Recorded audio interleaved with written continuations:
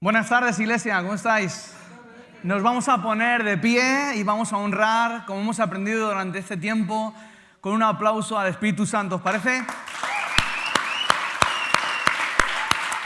Señor, honramos tu presencia. Padre, honramos quien tú eres. Señor, gracias por morir en una cruz. Gracias por lo que tú estás haciendo en cada una de nuestras vidas, Señor. Y gracias por esta serie. Gracias.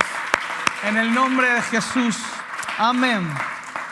Pues vamos a sentarnos. Estamos en una serie. Antes de nada, gracias por venir. Gracias porque aunque estamos confinados en un 33 o 30%, no sé cuánto es, ¿30 o 33? ¿Cómo? ¿20 qué? 33. Pues fijaos, chicos, estamos casi llenos y con muchas ganas de aprender de la palabra de Dios. En la mañana fue muy bien. Yo me sentí un poco... Qué difícil es a veces hablar de la sangre y hablar de la esperanza. A veces es complicado, no sabéis lo que se cuece desde aquí. No, desde aquí se sufre de otra manera. Luego después en la siguiente reunión fue también donde Dios se movió y me encantó cuando mi hijo Lucas me dijo: oye, gracias porque Dios me habló. ¿Sabes? La palabra de Dios no está confinada. ¿Sabes? La palabra de Dios no está confinada. La palabra de Dios se suelta aquí, llega a tu corazón. No solo predicar, es el mismo mensaje, pero sale de una manera diferente en las 3 reuniones que tenemos. Pero sí quiero daros la bienvenida y sobre todo daros la bienvenida a la gente que nos ve desde internet. Y vamos a ir a un tema que llevamos hablando ya en una serie que se llama Elpis, le abrió mi hijo, la palabra griega que se llama esperanza. Después hablamos después de que predicó mi hijo y abrió esta serie, después hablamos de Esther, si no recuerdo mal, y estuvimos hablando sobre Esther y Mardoqueo, cómo Mardoqueo se agarró a lo que él creía y tuvo esperanza en medio de una tormenta. Y después vimos el personaje de Nahum. En fin, hemos visto cómo en toda la Biblia vemos hombres y mujeres que se aferraron a esperar en Dios y a confiar en Dios. Y yo te pido que confíes en Dios y esperes en Dios, pero aún más, que en este cierre, muchas gracias, en este cierre de serie, puedes poner el título Elpis es igual a la sangre.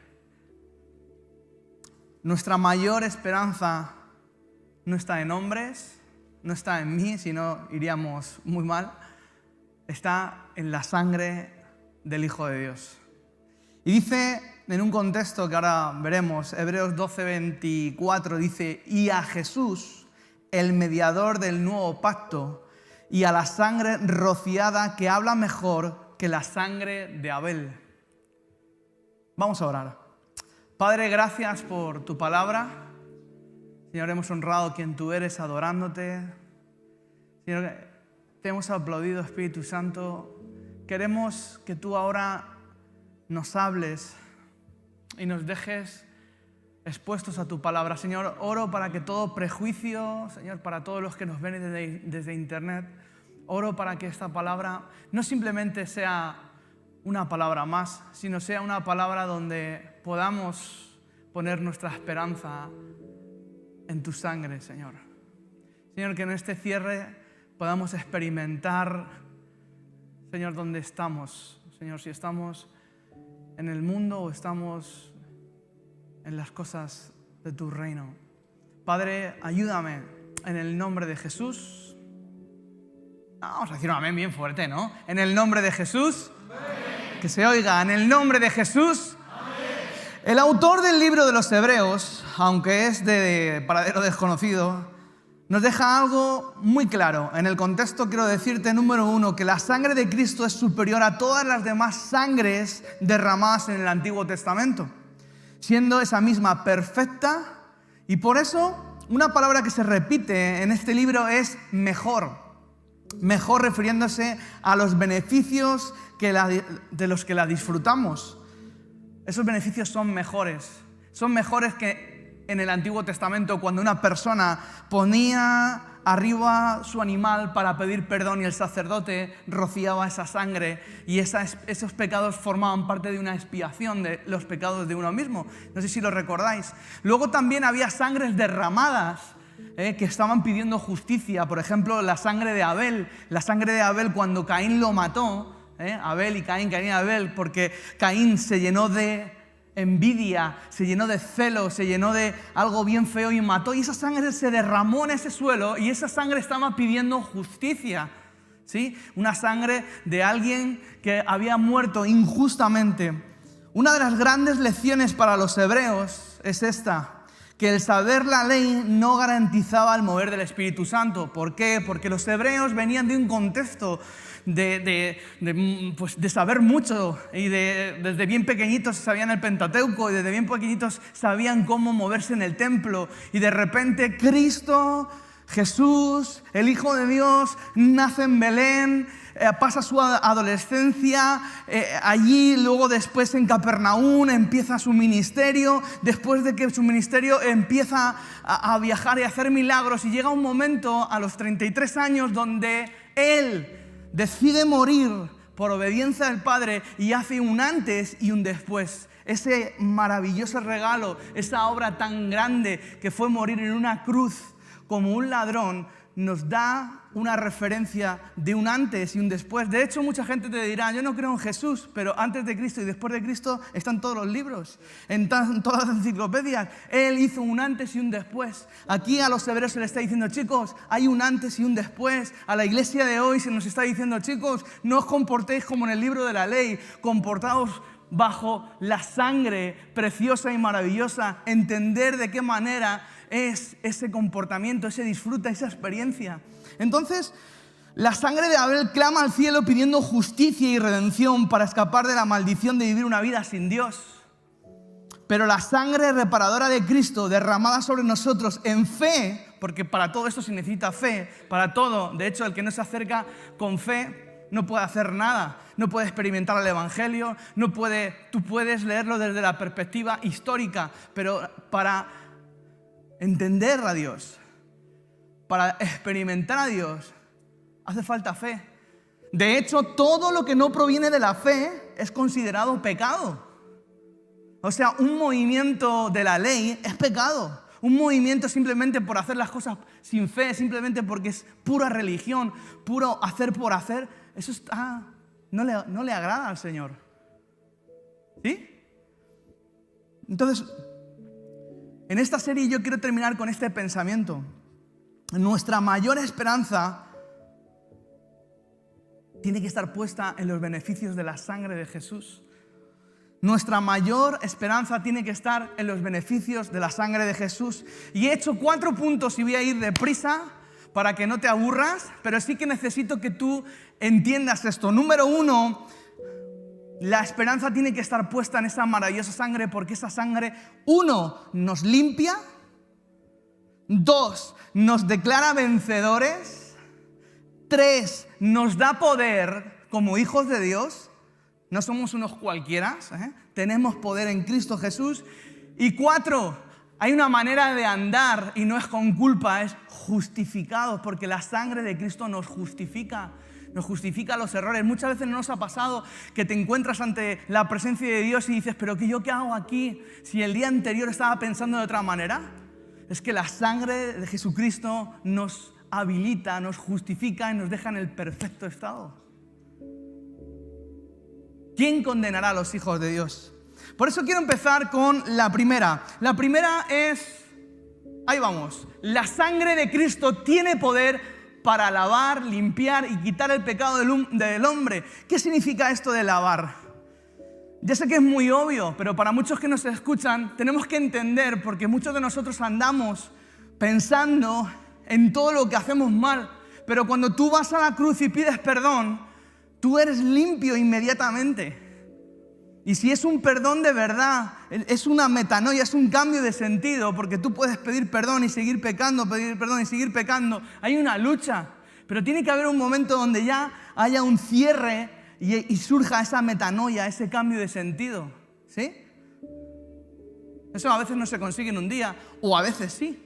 Cada uno su experiencia y su andar. Pero lo que te quiero hacer ver es que la ropa del día a día, no estamos hablando de eso, de que llega Dios a tu casa y te hace la lavadora, te hace los platos, No estamos hablando de esa limpieza, estamos hablando de la necesidad que tiene el ser humano de ser limpio en sus pensamientos. La necesidad que tenemos de pensar bien, de obrar bien, de entender las Escrituras bien. Para eso necesitamos entender que debemos vivir en luz. Primera de Juan 1:7, si vivimos en luz, así como Dios está en luz, entonces tenemos comunión unos con otros. Y la sangre de Jesús, su Hijo, nos limpia de todo pecado. Una persona que vive en pecado, una persona que vive haciendo lo malo, al final acaba aislándose y llenándose de culpa.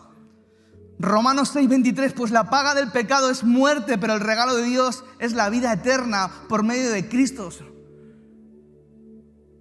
O sea, es una cuestión de poner tu esperanza no en hacer las cosas bien, sino en lo que dice la palabra que somos. Somos hijos de Dios. Por eso tú tienes que vivir una vida diaria, como esta frase que os he puesto aquí. El que no vive una vida de arrepentimiento diario no mantiene su esperanza en Cristo Jesús. Digan amén, un gloria a Dios o algo. El que no vive una vida de arrepentimiento diario no mantiene su esperanza en Cristo Jesús. Cada vez que tú y yo posponemos un devocional, posponemos un arrepentimiento, no podemos disfrutar de una vida en luz. ¿Sí? Venga, número 2. Dios nos declara vencedores. Entonces no tenemos que hacer nada. No. Mira lo que se les dice a los hebreos en el número 2. Dice, la sangre de Cristo tiene poder para obtener la victoria sobre Satanás, las potestades y las huestes espirituales de maldad. Hebreos 2:14. Debido a que los hijos de Dios son seres humanos hechos de carne y sangre, el Hijo también se hizo carne y sangre, pues solo como ser humano podría morir y solo mediante la muerte podía quebrantar el poder del diablo, quien tenía el poder sobre la muerte. En otras palabras, tenemos un enemigo constante. Dios mandó a su Hijo Jesús para arrebatarle el poder que tenía el diablo. El diablo solo puede llamar a tu puerta y decirte, oye, ¿qué te parece este asunto? Y te tienta. Otra vez. Oye, ¿qué te parece si nos vamos esta noche y hacemos esto? Oye, ¿qué te parece si escribes o pones una foto? ¿Qué te parece? Y te puede tentar, pero no tiene el poder para manipularte y para sujetarte. No tiene ningún poder porque Cristo desde la cruz le arrebató todo ese poder. No nos engañemos. No nos engañemos como cristianos. No me meto aquí porque me da miedo orar por a ver si está endemoniado y se me pega un demonio y me entra por los calzones y me hace votar. No sé qué tontería se nos mete a algunos. Pero lo que sí quiero decirte es esto y dejártelo en tu mente. El diablo no tiene poder hasta que tú y yo se lo damos. ¿Sí? ¿Y cómo se lo damos? Cuando te llama, tú le abres y te alías con él.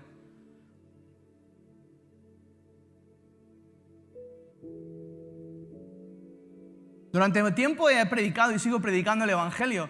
Y cuando le dices a alguien que Dios es amor y que Dios es esto, la gente dice, sin embargo hay un morbo para todo aquello que es lo oscuro. Y muchas veces yo veo cómo llega el Evangelio a la vida de las personas simplemente porque un demonio les atormenta. Y el Evangelio nos encantaría que fuera transmitido desde el punto de vista nuestro de un ángel que se presenta y le dice, ¡ay, qué majo eres! Yo soy el ángel y te digo que este es el camino. A veces no, a veces nos tiene que pasar en la noche un miedo, nos tiene que venir una enfermedad, a veces es simplemente por la necesidad que conocemos a Cristo, no por la realidad que vivimos. Y muchos en la iglesia experimentamos ese tipo de cuestiones porque no estamos dispuestos a vivir en victoria, a decir yo soy un campeón y me vuelvo a levantar y vuelvo a intentarlo en el nombre de Jesús.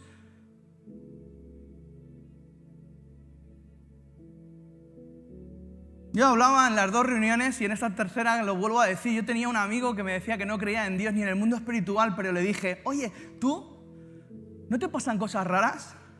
Y él me dijo, ¿a qué te refieres, David? No sé, así cosas como, ¿cómo se llama este hombre que dice, que no me acuerdo cómo se llama, el de por las noches, que... Iker Jiménez, ¿no te pasan cosas así como las de Iker Jiménez? Y me dijo, sí, macho, a mí sí me pasa. Tienes que decir Iker Jiménez para luego presentar el Evangelio, es una buena táctica, ¿eh? Y entonces, no me quiero enrollar más en este punto, él dijo, pues a mí en las noches siento como que me pegan. Digo, ¿pero sientes o te pegan? No, dice, me pegan unos bofetones, chico. Estoy en la tele, así me dijo, estoy en el sofá, se va mi mujer y mi familia y de repente siento como un pum. Y miro y le digo, que es tu mujer, es tu suegra, es alguien al lado, el perro, no sé. Te dormiste y te caíste y dice, no, me pegan. Hay mucha gente que está sufriendo miedos, temores, apariciones, temas sexuales. Hay un montón de brujería y nosotros pensamos que debemos de vivir soportando eso. Y hablo a la iglesia. Porque la seducción o el pecado, la Biblia nos enseña, resiste al diablo y él tendrá que huir. Por eso esta frase, y vamos al siguiente punto, dice, el que es ingenuo para el mundo espiritual, como yo lo he sido y lo soy en muchos momentos, soportará los abusos del diablo y sus maquinaciones.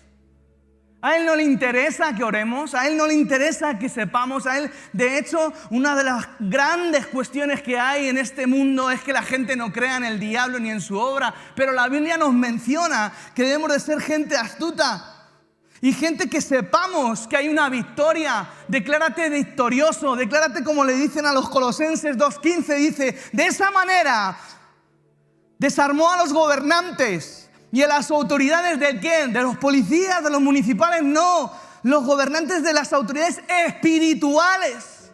Dice que los avergonzó públicamente con su victoria sobre ellos en la cruz. Hay 3 días que no sabemos lo que pasó, pero sí podemos saber que Cristo declaró algo. No hay poder en las tinieblas que pueda sujetar a los que esperan y a los que ponen su esperanza en la sangre de Jesús. 3, nos da poder. Somos gente que no deberíamos andar con la cabeza gacha.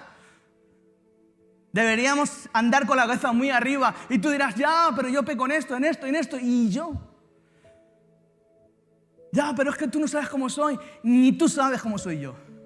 Es que yo lucho con esto, con esto, con esto. Y yo lucho con otras 100.000 cosas. Y todos los que estamos aquí y los que nos ven por internet tenemos una lucha. No somos nadie diferentes. A todos nos duele los pies cuando andamos 20 kilómetros. Y todos vamos al baño y lo hacemos por el mismo lado. En la vida cristiana es todo más sencillo de lo que nos parece. Lo que pasa es que jugamos con las apariencias. Pero hay una evidencia que debe de seguir a los que son de Cristo y es el poder. Porque Dios no nos ha dado espíritu de cobardía, sino de dominio propio.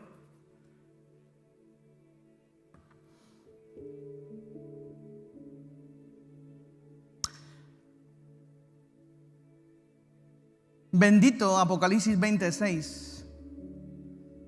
Benditos y santos son aquellos que forman parte de la primera resurrección, porque la segunda muerte no tiene ningún poder sobre ellos, sino que serán sacerdotes de Dios y de Cristo y reinarán con Él durante 1000 años. ¿Y esto? Pues esto simplemente es que nosotros vamos a tener poder aquí y vamos a tener poder en la eternidad. Porque nuestro Dios nos ha hecho gente de autoridad. No hay gobierno ni... Sí estamos sujetos, pero ¿tú sabes la autoridad que tiene una mujer que ora? ¿Tú sabes la autoridad que tiene una familia que ama la palabra de Dios? ¿Tú sabes el poder que hay en una iglesia que ora por sus gobernantes, por el rey, que ora por España? ¿Tú sabes la autoridad que tiene una iglesia?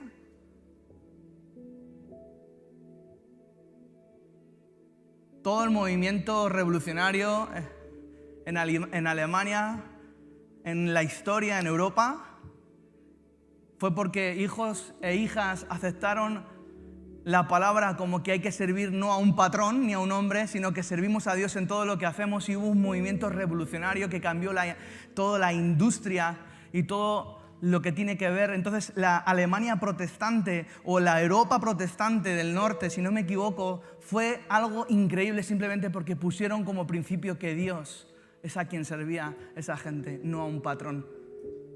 Imagínate si tú hoy en esta tarde o todos los que tú ves pones tu esperanza en el poder de Cristo y diciendo, estoy en esta situación, pero tú tienes la última palabra. Porque lo que le mueve a Dios, siempre lo hemos dicho, no son las lágrimas, sino tu fe. Pon tu fe en la esperanza, debido a que los hijos de Dios son seres humanos hechos de carne y huesos, les dice a los hebreos, entendemos que no somos dejados a la mano de Dios, somos entendidos porque nuestro Señor Jesús se hizo carne y sangre y padeció. Él sabe lo que tú estás pasando. Por eso, por favor, levanta tu cabeza y no pienses que un cáncer, un SIDA o algo, lo que sea puede parar una pandemia. No hay nada que pare a los hijos de Dios, a los que creen. Créele a Dios en medio de este tiempo. Ármate de poder. Si no lo vas a experimentar aquí, lo vas a experimentar en el futuro. Hay una segunda vida ahí arriba. Déjame dejarte con esta frase para los que tienen poder. Dice, el que vive en temor es un esclavo de él. Pero el que vive en el elpis, que es el griego que vive, o sea, en la esperanza, vive en los beneficios de su sangre. Tú no puedes dejar que la vida ni yo nos lleve a empujones. Tú tienes que decir, no me queda otra. No, se acabó. La iglesia tiene que decidir dónde se coloca, sino bajo la justicia de un mover natural o bajo la gracia que sorprende a cualquiera. Como este don nadie inútil puede llegar a colaborar en los planes de Dios porque puso su esperanza no en el temor ni en un movimiento humano, sino en un movimiento que tiene que ver con Dios. Y número 4, y muy importante esto, para mí, los cristianos, después de desde los 13 hasta los 43 que voy a cumplir dentro de poco, tío, si no hago los 43, no sé. Lo único que he visto es que la iglesia está llena de cargas y de culpas. Y que vivimos todavía pensando en tantos asuntos que no hemos hecho bien. Me encantó mi hijo David cuando armamos su primera prédica. No hablo de Josué, hablo de David. Saber vivir, ¿no? Saber vivir, ¿cómo era? No me acuerdo, Jonathan. Saber vivir día a día. Hay un programa, de hecho, ¿no? Dice saber vivir, ¿no? Pues él habló sobre más buscar primeramente el reino de Dios y su justicia y todo vendrá por añadidura. Mateo 6:33, si no me equivoco.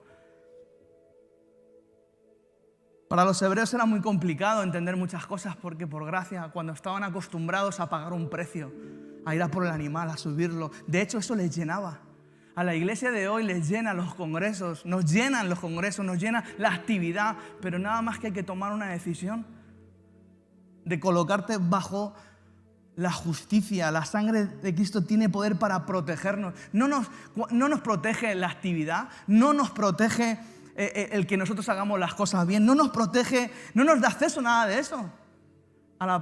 Lo que nos da acceso a la presencia de Dios es su sangre y nuestra confianza en ella. Aunque lo hagas súper bien o lo hagas súper mal, si en el mismo momento tú entras, pides perdón y te arrepientes, en ese instante tú tienes un acceso. ¿Cuánto nos cuesta perdonarnos? ¿Y cuánto nos cuesta entender que la sangre de Cristo es mucho mayor que todas las demás sangres derramadas que piden justicia? Esta asusta, esta sangre. Si tú tuvieras que perdonar a un violador, si tú tuvieras que... Pero Dios los perdonó. A esa gente le dio la oportunidad de ser... Yo tengo un amigo que estaba metido hasta arriba en la mafia con las drogas y con todo, y un día decidió, porque vio en un grupo de la cárcel, vio que los aleluyas estaban ahí orando dentro de la cárcel y sabía que todos esos salían antes. No sabe por qué, dice, me voy a meter ahí, dijo. Porque siempre que entra ahí uno de mis amigos y conoce a Dios, en unos meses está fuera.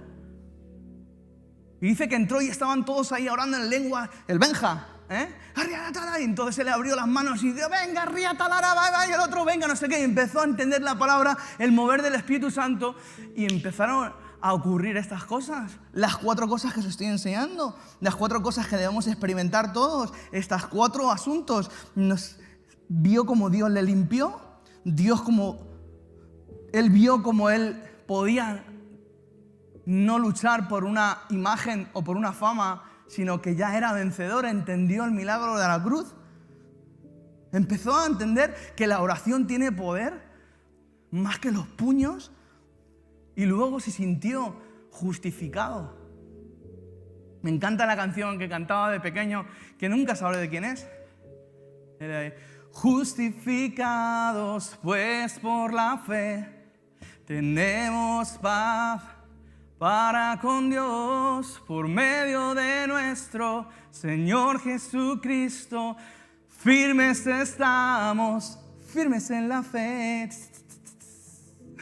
Ninguna condenación, ninguna condenación hay para los que están en Cristo Jesús, los que andan conforme al Espíritu de Dios, de Dios. Qué bonita, ¿verdad? Sí, de Dios. Primera de Tesalonicenses 4, del 14 al 18 dice, pues ya que creemos que Jesús murió y resucitó, también creemos que cuando Jesús vuelva, Dios traerá junto con Él a los creyentes que ya han muerto. ¿Por qué hablo sobre la resurrección? Porque sabes que la muerte en sí misma es un estado para los cristianos, es un mero paso, es una puerta. No tenemos que tener miedo, aunque algunos dicen, no. Claro que nos da un poco de yuyu, claro que nos da, pero tenemos que poner nuestra esperanza en que somos perdonados, en que somos justificados, en que Dios nos da poder y que hay una resurrección. No debemos de olvidar que estamos de paso. Nuestra esperanza, como nos enseñaba mi hijo en una cuerda larga, está en una puntita así. Todo lo demás es eternidad.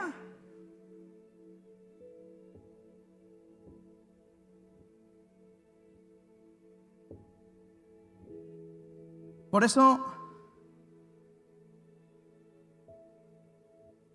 otro texto y termino. Cuando hablamos de justificados y de culpa, quiero dejar claro esto. Es que la sangre de Jesús es el mejor refugio para la iglesia, porque nos justifica. ¿Qué pensáis en esta frase y última? La mayor protección y afirmación proviene de experimentar que sus misericordias son nuevas cada mañana. Si tú te levantas por la mañana, me da igual que te levantes a las 6 de la mañana, o si te levantas a las 10, o a las 9, o a las 8, me da igual, y no abres la ventana y miras a tu alrededor y te sientes agradecido por vivir, déjame decirte, tú no has experimentado las misericordias de Dios.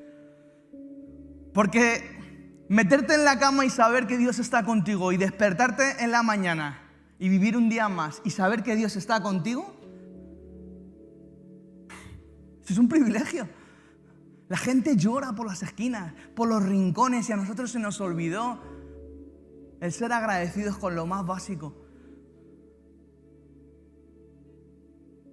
La iglesia no puede descansar en otros propósitos, en otros pilares.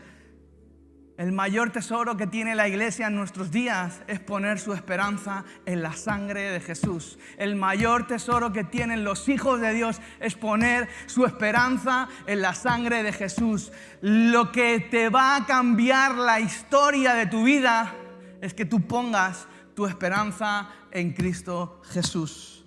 Amén. Terminamos. Efesios 1:7. Dios, que es tan rico en gracia y bondad, que compró nuestra libertad con la sangre de su Hijo y perdonó nuestros pecados. Siguiente versículo. Él, Dios, desbordó su bondad sobre nosotros junto con toda sabiduría y entendimiento. Mira, en Hechos 2, cuando Pedro estaba dando un discurso,